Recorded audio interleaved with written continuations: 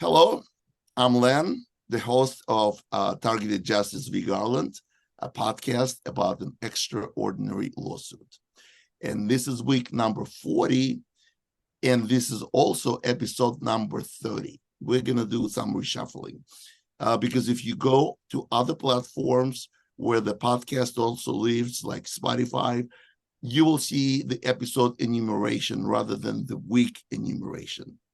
So in order to give this podcast uniformity, I'm switching to episode number, and I'm going to call it The Great Reset, even though the name is already taken. But I can't possibly call it a small reset because there's nothing small about what we're doing here. We're discussing topics that will affect lives of hundreds of thousands of Americans and millions of people worldwide. So sorry, Klaus Schwab, I will unapologetically plagiarize from your disgusting, inhumane plan name. So that's a little housekeeping.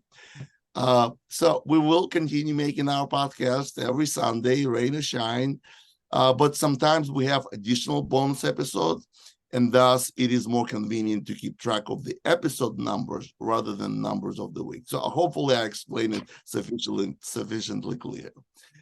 Today, we do not have a special guest, but I guarantee the episode will be just as engaging.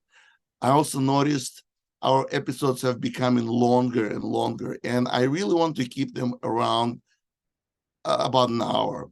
I feel somewhat guilty asking you to spend more than that on a Sunday evening or whenever you listen to the podcast and taking you away from your loved ones, unless you listen to it together. In that case, please leave a comment. I would love to hear how that's going. So this is episode number 30. And with me, as always, the attorney for the plaintiffs, and now also for plaintiffs and appellants, the legal engine of TargetedJustice.com, and truly the bravest woman I've ever met, my friend and my podcast co-pilot, Anna Toledo. Good morning, Anna. Good morning, Len. Thank you for that introduction. I am so happy and excited to be here today because we have really good things to discuss. I noticed your T-shirt. Did you see? I have now. That is the picture from I have like you from your Twitter account. Is that right? Yeah. Well, that's my. Well, I'm wearing my. I'm always wearing. And I tell everybody to wear a water bag in front of your heart to protect it, because without heart, we don't have life. So I always I have my. But this is a T-shirt of that was the amazing artist that is helping us, our very talented artist that is helping in our Etsy store. He made one of these, and so we're urging everybody.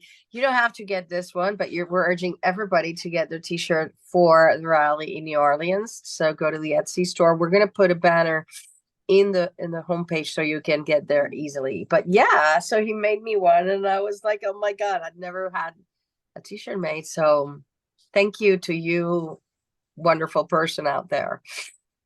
Isn't it wonderful how so many talented people want to donate their time to our cause, want to be associated with Targeted Justice? We unite people under the same cause. I had an interesting conversation in the YouTube channel comment section. There's this person that came and said, I do not align with Targeted Justice because I think what you're doing, it can be done better. And basically, he kind of laid out a plan in which you would file a lawsuit based on the allegations of torture, et cetera, et cetera, et cetera. And I understand we have difference of opinion. So I asked this gentleman, I said, well, you are not aligned with Targeted Justice because we basically have a difference in opinion, but don't you support the effort of Targeted Justice?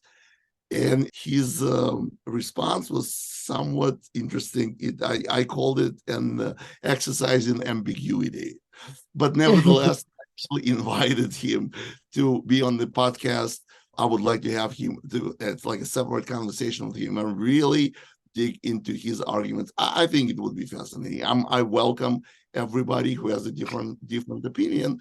We can all have different opinion, and we at the same time can unite under a common goal.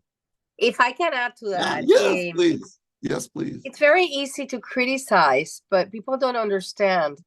It took the work of 4 months to craft the first complaint, and over 200 lawsuits of targeted individuals have been dismissed, grounded on their torture allegations, on all the, gang stalking, everything.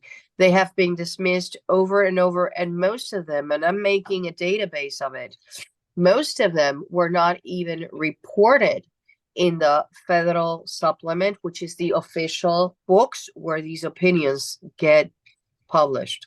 Okay, so the beauty of the case we filed is that it's grounded, as I have stated a gazillion times, and sorry to bore you, but this is important people get it. It's the same for everybody. It's a matter of law that you cannot have innocent people, non-terrorist, on a terrorist database for many reasons. Most important of them is that the Homeland Security Presidential Directive that authorizes this law enforcement tool does not contemplate putting their people on that list for any other reason that it's not a known or suspected terrorist. So this is a rule that applies to everybody. If you're not a terrorist, you shouldn't be on any list. And in that context, it's a matter of uncontroverted law. It's an uncontroverted fact because Mr. Timothy Crow admitted to it, the former deputy director. He admitted in people, non-terrorists that are not a threat to national security are on that list. Mr. Samuel Robinson then came and said they're there for secret criteria. And I say it's illegal, it's unconstitutional. And, it's across the board. It doesn't matter if you have B2K. It doesn't matter if you have gang stalking. It doesn't matter if you have whatever, I'm the most targeted person in the world. It doesn't matter if your name is on the list, which all targeted individuals are in handling codes 3 and 4. Your name should not be there because you're not a terrorist threat. You're not a threat to national security. And that is a matter of fact, uncontroverted fact, and uncontroverted legal conclusion. In this context, I just want to insert in here that I am going to be responding to everybody that submitted the form that we put in the targeted justice page. People should know that what we are doing is we are going to petition the court to see the TSDB unredacted, because what the defendants want to do is give us a little data set that they will manufacture. No, we want to see access to the unredacted database and look up targeted justice members and the people that have registered their names up in that database. And that I am here reinstating that form goes straight to an email I created, my personal email. It doesn't go to any general T-Justice email. And so, yeah, of course, it's done through Microsoft. So, government criminals may try to interfere. And that's why I'm doing the double check of I will send you an email confirming I got your information. So, and that's why it's not about my evidence will prove the case. Your case got dismissed because you didn't have my evidence. No, we are at a pleading stage, and this case does not depend at this point on the individual evidence of torture.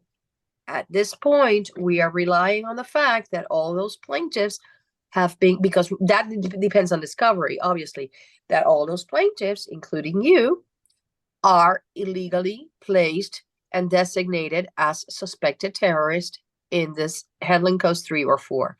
So that's what I had to say about that. Oh yeah, we'll keep talking and we'll keep repeating. One of the missions that we have here is to educate. And sometimes repeating it multiple times in various contexts, in various forms. That's what it takes. That's what it takes for you to get comfortable speaking about, just like Anna is comfortable speaking about. We want you to get on that level, and once you get that level of confidence, you will sound like a pro. You will be an absolutely the best advocate for yourself and for everybody in the movement. Okay, so I'm really enjoying this conversation, but we need to get to the legal topics today. So this week, I would like us to discuss one of the cases that you, Anna, digged out that will be extremely relevant to the oral arguments in the Court of Appeals for the Fifth Circuit. You truly found a gem, Anna. I know a lot of people respect your legal expertise, but I don't think they have a complete understanding of what you have done in everything surrounding our case, the case of the century, Targeted Justice v. Garland. You found a jewel, a magic bullet, nothing less than Excalibur. And I'm referring to the case called Ramirez versus TransUnion. We are all about educating our viewers, so I couldn't resist, and I prepared some slides that will educate you, our viewers, targeted individuals, and our allies to allow you to speak comfortably and confidently about very complicated legal issues. Knowledge is power, and we are dedicated to empowering you with knowledge. So when anyone asks you about the case, you impress them with a degree of understanding of how your rights are being taken away, how specifically your rights have been taken away. Be a pro. I think I'm repeating myself. Be a source of reliable information. Insist on being factual and precise. Take control of the conversation and explain how specifically you are fighting on getting your rights back. Be assertive, be knowledgeable, and be a good communicator. Well, the legal part is on, and it's called Sergio Went to Buy a Car. It sounds like a fun story. Let's see what actually happens.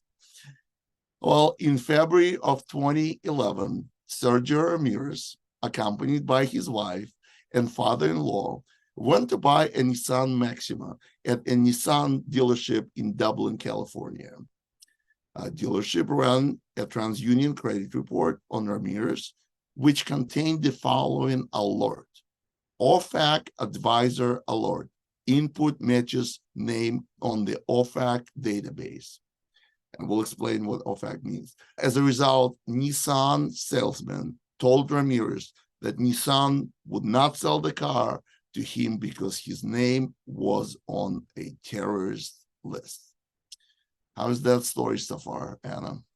That story so far is that the terror screening database is a compilation of 12 databases from different agencies that supposedly contain the name of known and suspected terrorists. And the OFAC one is one of them. In this particular case, well, as we go along, we'll discuss it, but I want everybody to keep in mind this, that I think Ramirez is a targeted individual. I think all plaintiffs, members of that class action, are targeted individuals and they don't know it. Or maybe some do know it, but because this is a case against a private enterprise, which is TransUnion, because TransUnion informed third parties that these people could be suspected terrorists. And this is where the TSDB got out of hand, because even though it's an OFAC list, OFAC goes by the TSDB. And so since people have a right to know why their loan was declined, that's when they say TransUnion by mistake labeled them as a suspected terrorist. It was not TransUnion. What the mistake TransUnion made was notify them that they are on the terrorist list, even though they have a right to know, right? But what the real mistake, and this entire case, I think TransUnion doesn't really point the finger at where it has to point, which is Those guys are saying you're suspected terrorists. TransUnion was told you shut your mouth and you say it was your mistake. Let's move on and explain what else was happening in this case. So we heard this name OFAC. And so beginning in 2002, TransUnion introduced an add-on product called OFAC Name Screen Alert. OFAC stands for U.S. Treasury Department's Office of Foreign Assets Control. And this OFAC maintains a list of specifically designated nationals who threaten Americans' national security, like terrorists, drug traffickers, and other serious criminals. And it is unlawful to transact business with any person on that list. So that's the product that TransUnion sold to this dealership, and the dealership got this alert. Well, the question I have for you, Anna, is sounds like this knowledge that Ramirez is a terrorist came from OFAC. But where did it really come from? We know that there's a centralized terrorist screening database maintained by the FBI. So could there be any other source of this information for OFAC to give to TransUnion and to inform them that Ramirez is a suspected terrorist? Yes, you can go online, and I think that you can actually access OFAC's list through the internet. It's a service that banks can directly connect to OFAC, because I've seen it. When you're going to open an account, they do that. As I said before, I'm absolutely certain TransUnion is in the distribution list of the TSDB. They are among the 1,440 entities that receive it. You have, for example, like I have mentioned before, that when somebody's going to wire money through Western Union, right now they are being denied. Many targeted individuals are being denied sending or receiving money. So that I think that's part of the OFAC list. At this time, I know that they go hand in hand. Like what OFAC has is definitely contained in the TSDB.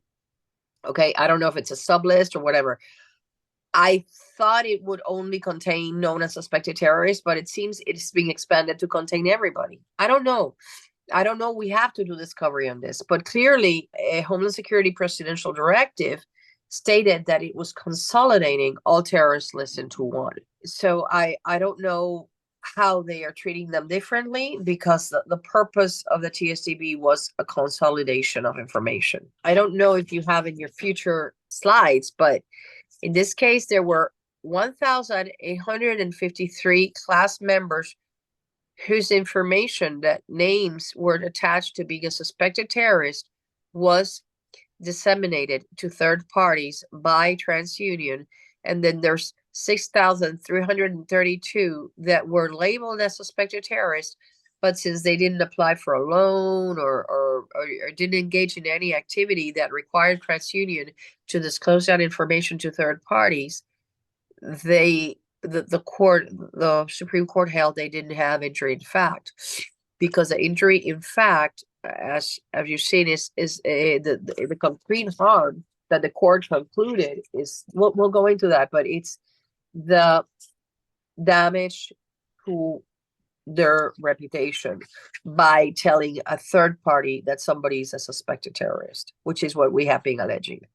Okay, my opinion is that everybody, the ones to whom the information was not sent to third parties about, and the ones that their information was sent, they are all targeted individuals. They're all, and TransUnion admits they were erroneously labeled as targeted, as suspected terrorists, because they were not supposed to know they were on the list, which is exactly what happened to Calvert and Stewart in our case. They were not supposed to know. But in this case, Ramirez didn't connect the dot with, maybe he doesn't even know he's a targeted individual. we can't wait to find out what's really going on, and the discovery in this case would be tremendous. The question that I found interesting is that TransUnion, when it was faced with these allegations, they said that it was erroneous that Ramirez was terrorist was a mistake. However, the court determined that TransUnion Fair Credit Report Act reporting were willful, and this is how they justified it. They said TransUnion had been previously sued over its OFAC alert in 2005, which is definitely after the terrorist screen database was formed. And despite a jury verdict, implemented few changes. So they knew something was wrong with that, and they didn't fix it. Therefore, what they did to Ramirez was willful and not erroneous. Do you have any comments, Anna? Yeah, I just think TransUnion is between a rock and a hard place, because the Fair Credit Reporting Act gives consumers the right to know what about their credit report triggered a negative decision against them in a credit evaluation. So if the person has perfect credit and they deny him a loan because he's a terrorist, but TransUnion has to tell him why he was denied, because that's the law. But then they're told you cannot tell them they're a suspected terrorist. So it's, that this is where like a Wile E. Coyote, where the Acme bombs explodes all the time in the face of the government criminals. They make these structures and they thought it was going to work perfectly, but it doesn't, because there is such a thing as a Fair Credit Reporting Act, and people have a right to know why their loan was declined. So I just think that TransUnion is taking responsibility for something that it's really an obligation of them to do.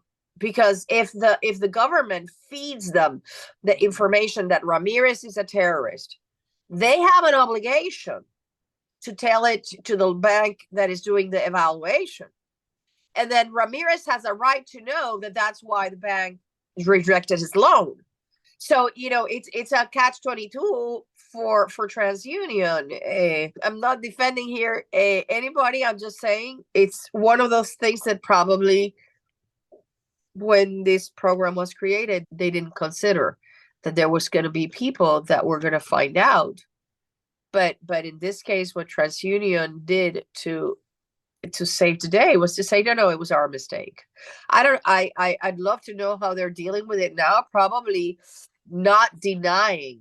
I think that probably what they decided to do, the banks, they decided to not deny loans based on this, because then people would find out that they are labeled erroneously as a suspected terrorist. That's what I surmise they should be doing now. Okay, let's find out what my next slide is. Oh, this is sort of my conclusory page. I did exactly the same logical step that you did. I combined Ramirez and Calvert and Stewart into the same category because they all suffered injury due to their erroneous status as terrorists. And they were all defamed and they were refused services. Ramirez could not buy a car. He was blatantly refused that service. Calvert was refused medical services. They said, until we secure the territory, we can provide you medical service.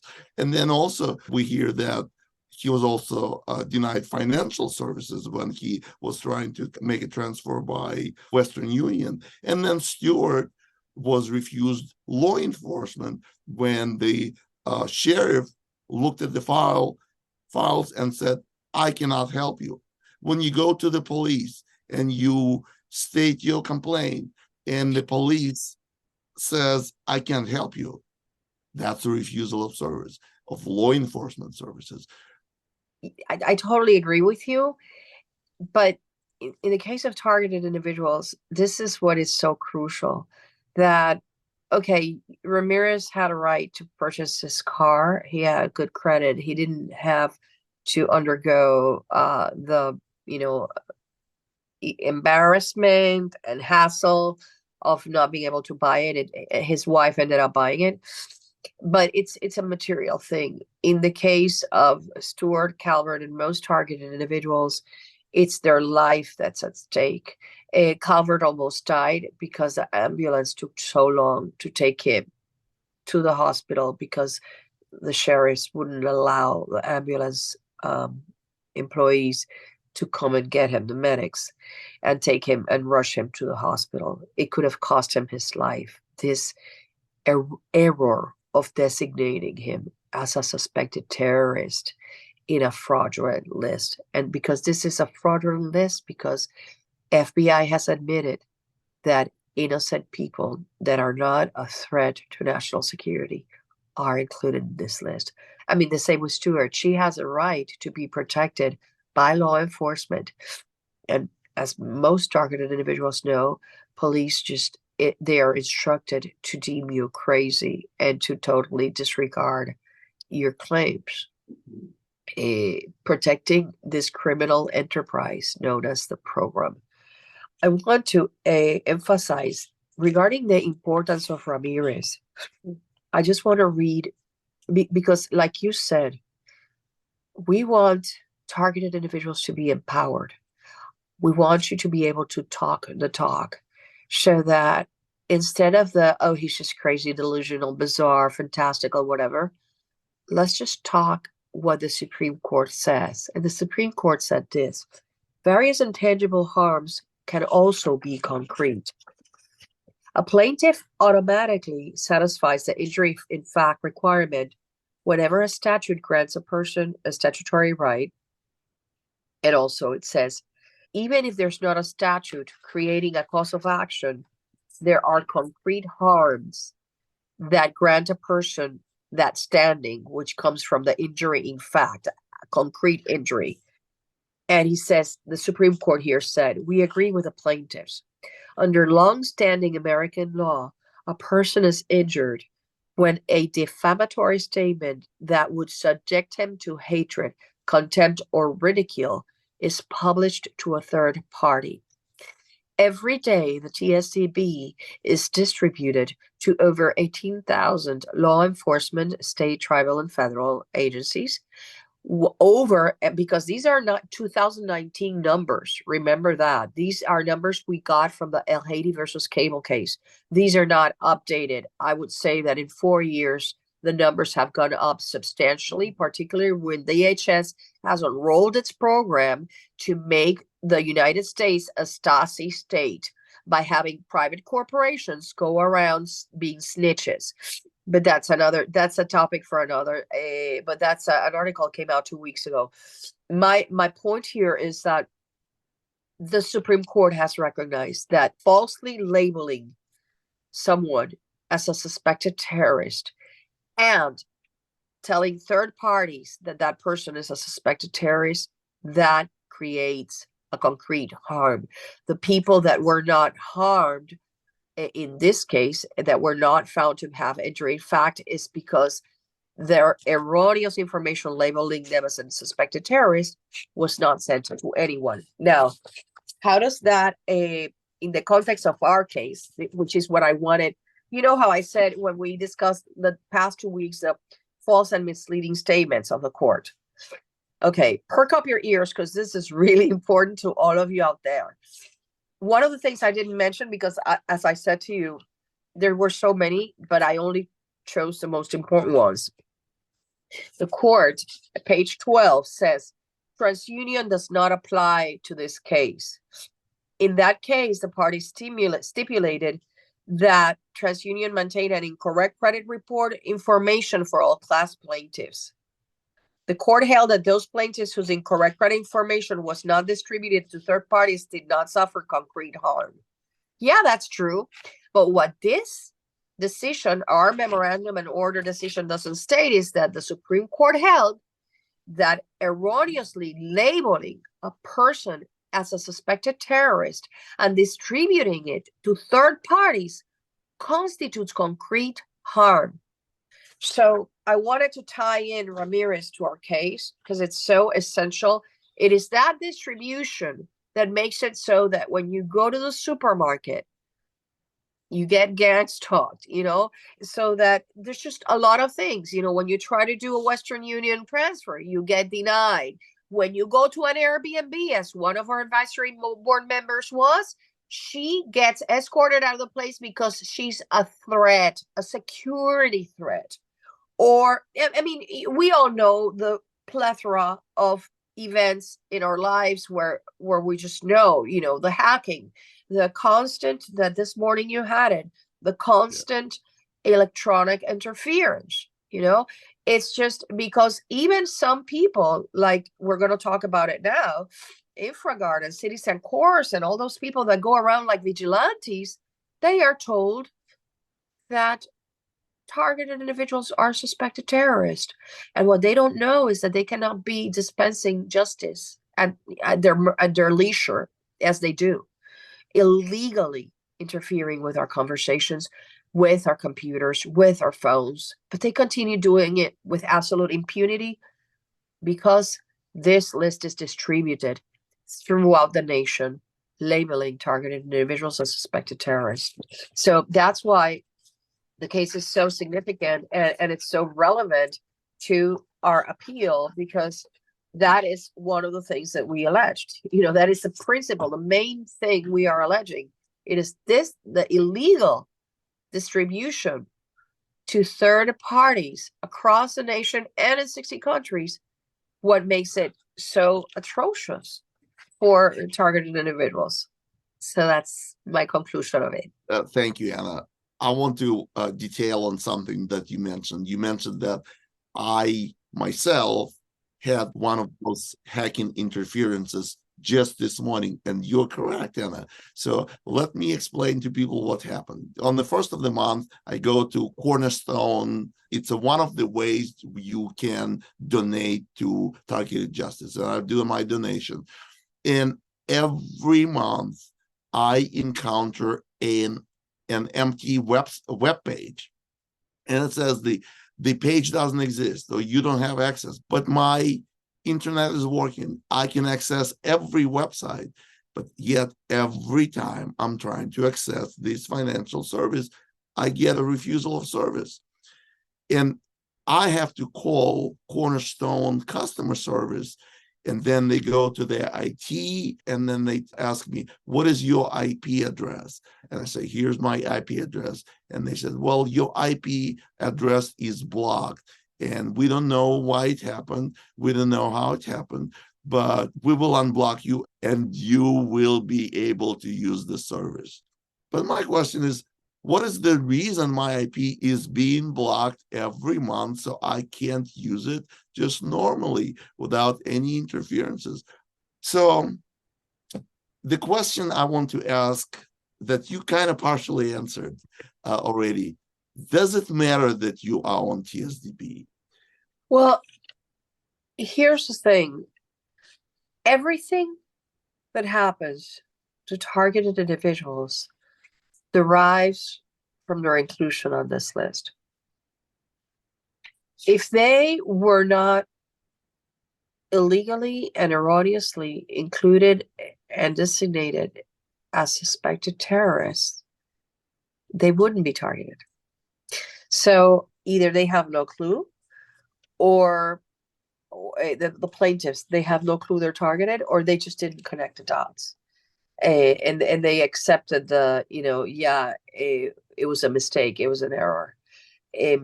Just like in the Ibrahim case that we discussed a few weeks back, where the California court, district court for the Northern District of California, concluded Ibrahim was put in the terrorist screening database by mistake. No, it was not a mistake. FBI testified it was a mistake, but I really don't think, I just think she was targeted.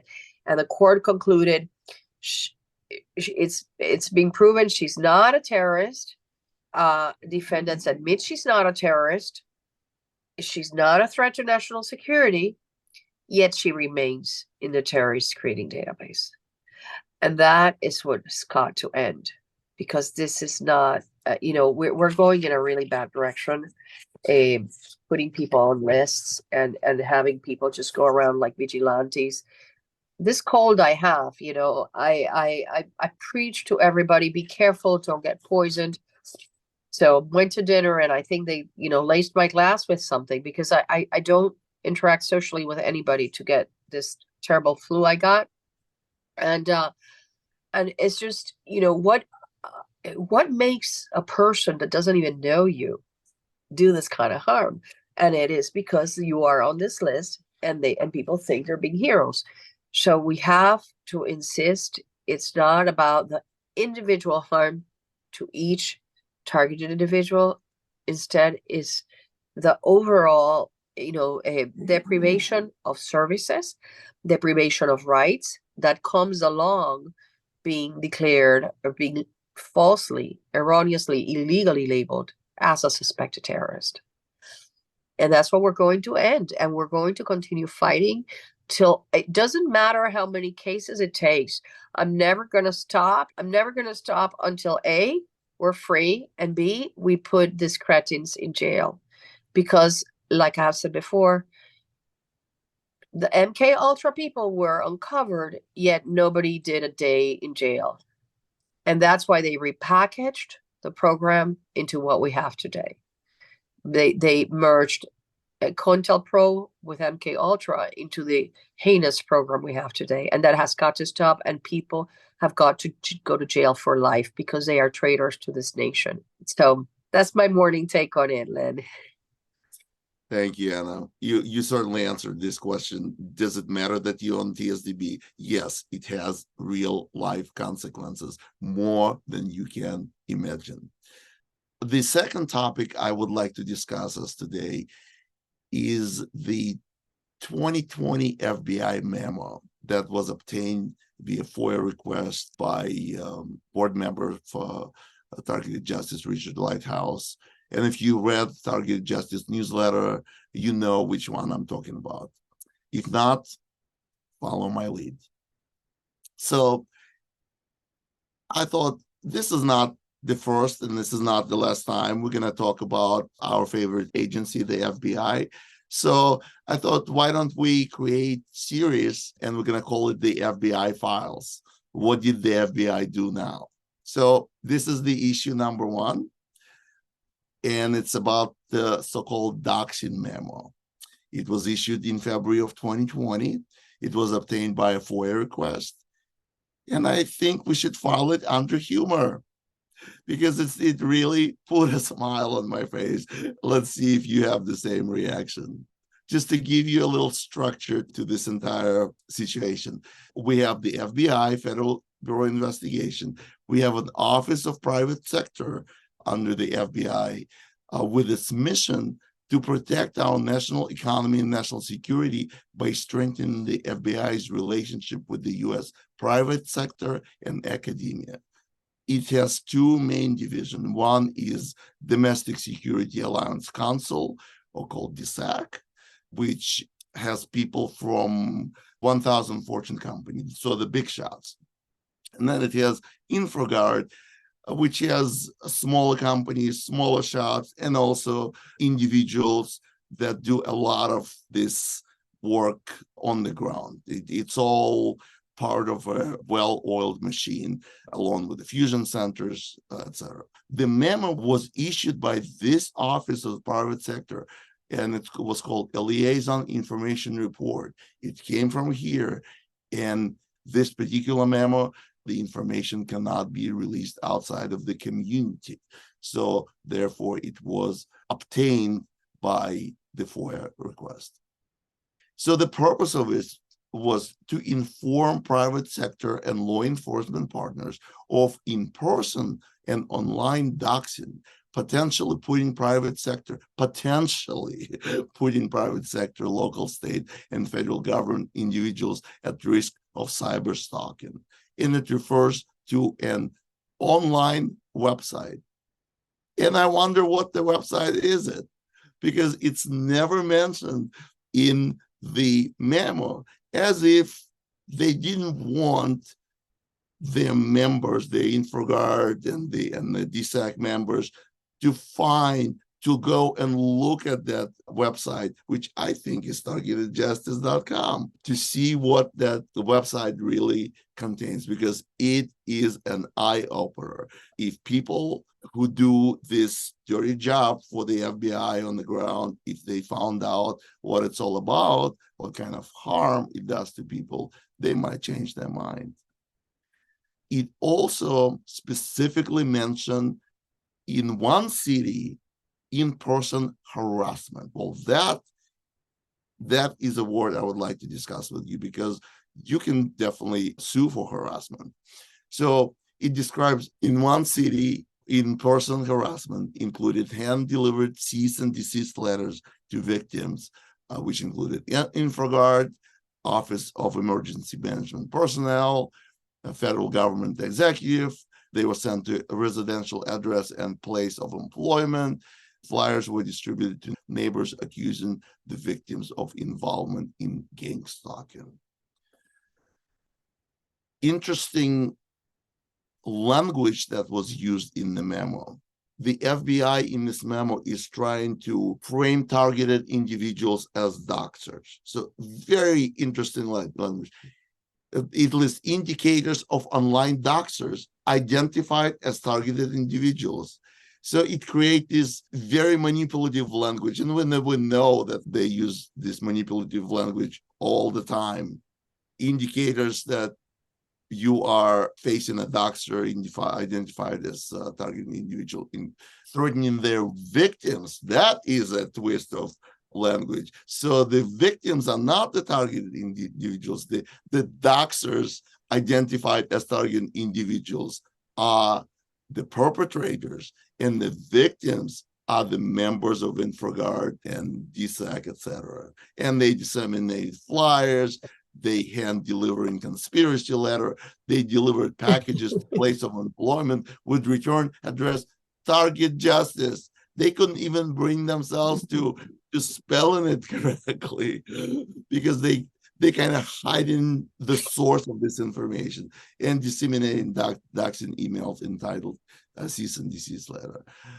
So the answer from Targeted Justice, even though it is not about Targeted Justice, it's about an online website, as if there were another kind of website, like a website on stone tablets. Of course, it's an online website.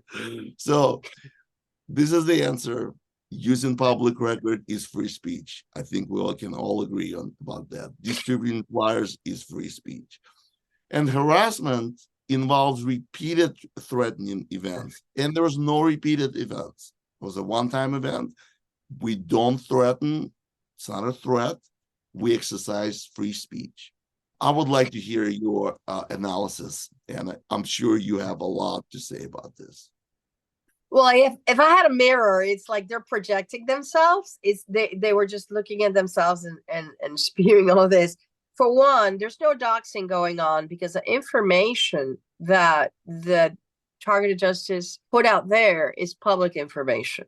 As you know, if you own a property, your property records are public, your tax records, etc. It's public. So the doxing part is completely inaccurate, erroneous, and it's meant to create crime or a semblance of bad conduct when there isn't any. Our First Amendment protects the freedom of speech, of going out and disseminating information about matters that are of public interest and public concern, that are really important to you, and that's the beauty of the First Amendment. They might not like it, because we know that FBI doesn't like the First Amendment, but they are acting against the law when they're trying to curtail constitutional rights, like putting innocent people on a terrorist database, knowing that they are innocent people.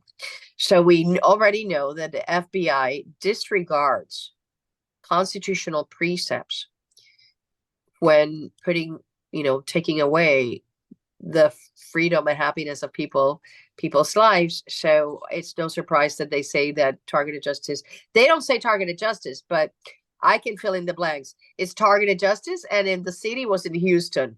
And InfraGard, it's interesting because they say it's a private company. It's not. It's completely controlled by the FBI, and the FBI. One of the theories we have is FBI created it in order to avoid so that InfraGard is not subject to FOIA, because as you know, FOIA applies to federal agencies, and then state agencies have their equivalent. So anything going on with InfraGard inside of them, right? Well, we cannot FOIA InfraGard. However, it is our position that InfraGard is it's owned by the FBI. When you send an email to InfraGard, I think it's something like infragard.fbi.gov, something like that.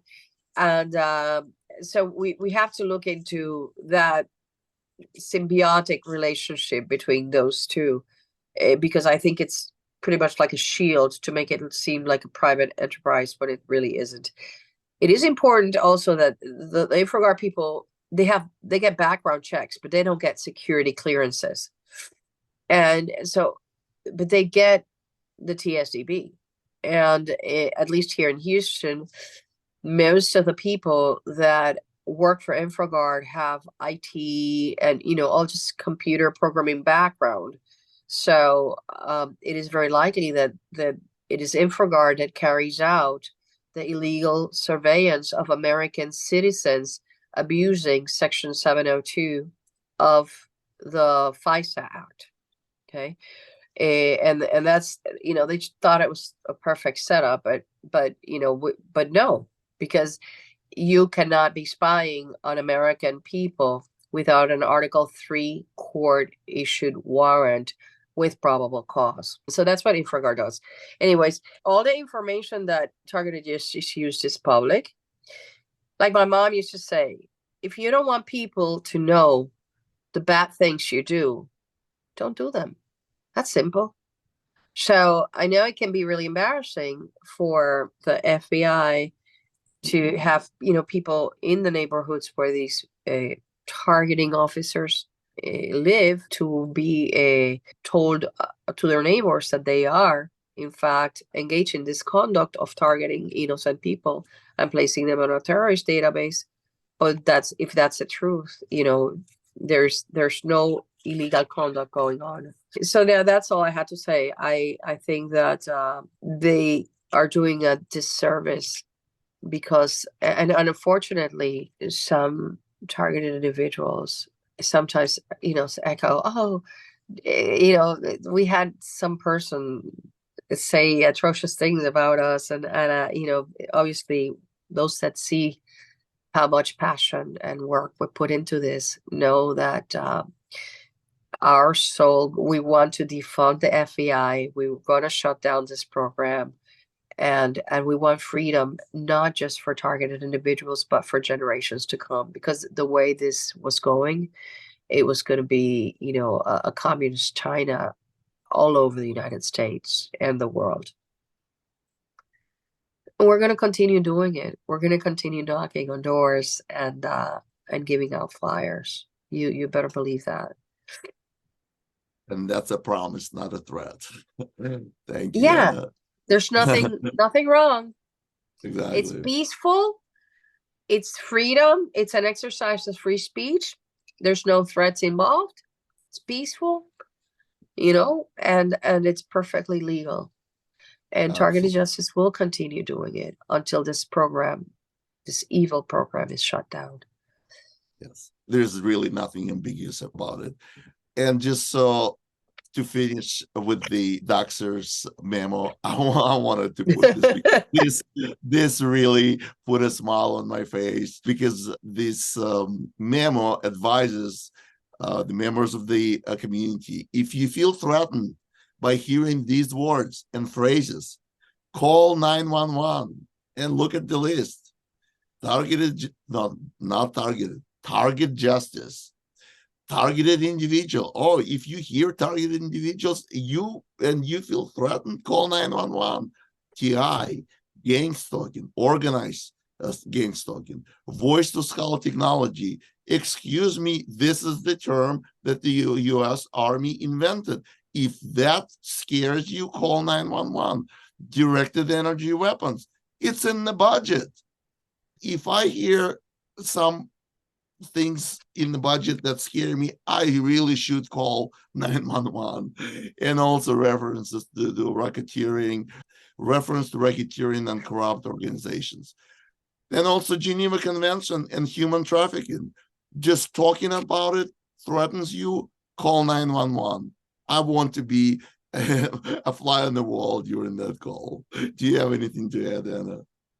Yeah, those are trigger words for them. And what I have to say is, like, one of our plaintiffs, and it's alleged in the complaint, when targeted individuals call or do complaints to the FBI because of their hacking, which is carried out by them or their affiliates, about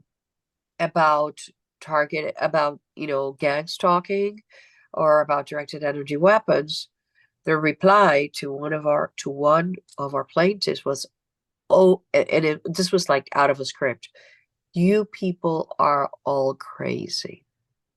And she has it so recorded in her mind because it sounded exactly like, when these people call and talk about this, this is what you have to reply: "You people are all crazy."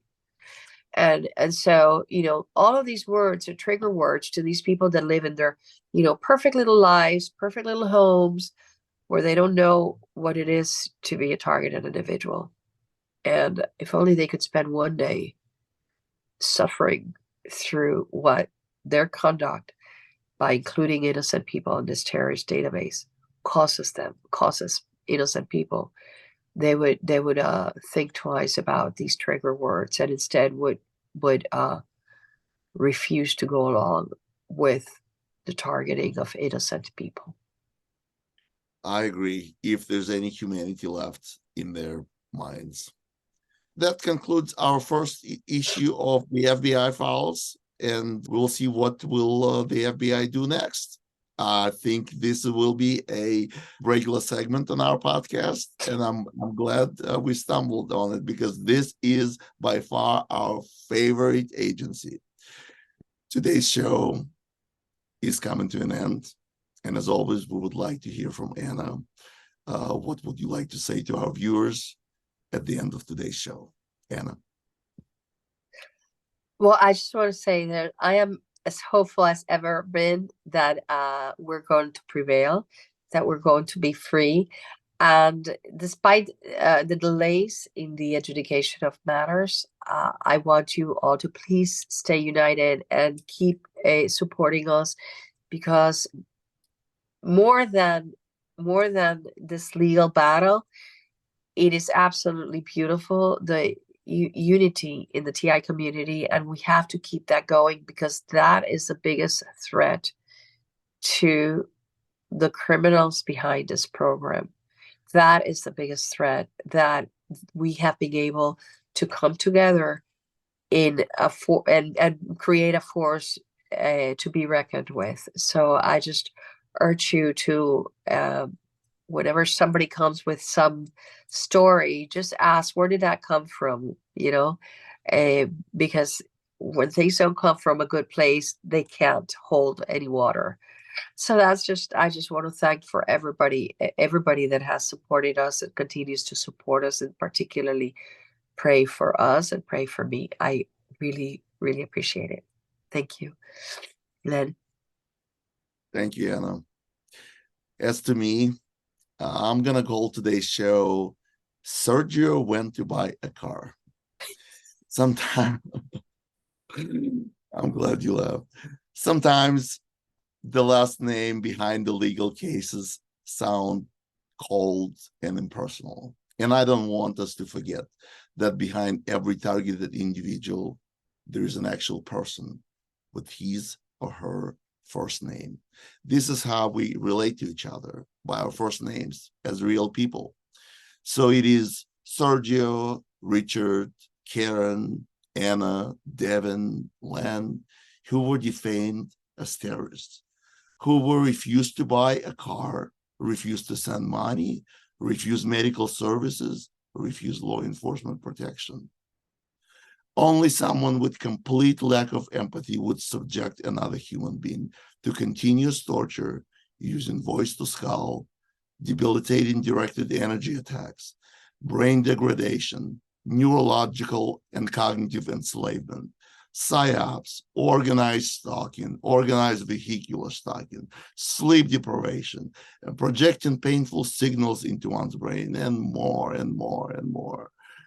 To those who perpetrate these crimes against us, these individuals might be some abstract targets or avatars, but we are real people with real names, real lives, and real hopes. And no amount of cognitive dissonance you're awkwardly constructing in your head can take away the fact that we're real human beings, just like you. And if the roles were switched, you would be the one begging for empathy. It is Sergio, Richard, Karen, Devin, Anna, Len, whom you deprived of liberty, the most fundamental right we were born with. You did it remotely and cowardly, hiding behind technology, which you didn't develop. We paid for it. So until Sergio, Richard, Karen, Devin, Anna, Len, and every name on your secret list have our liberty back, we will be here every Sunday, rain or shine.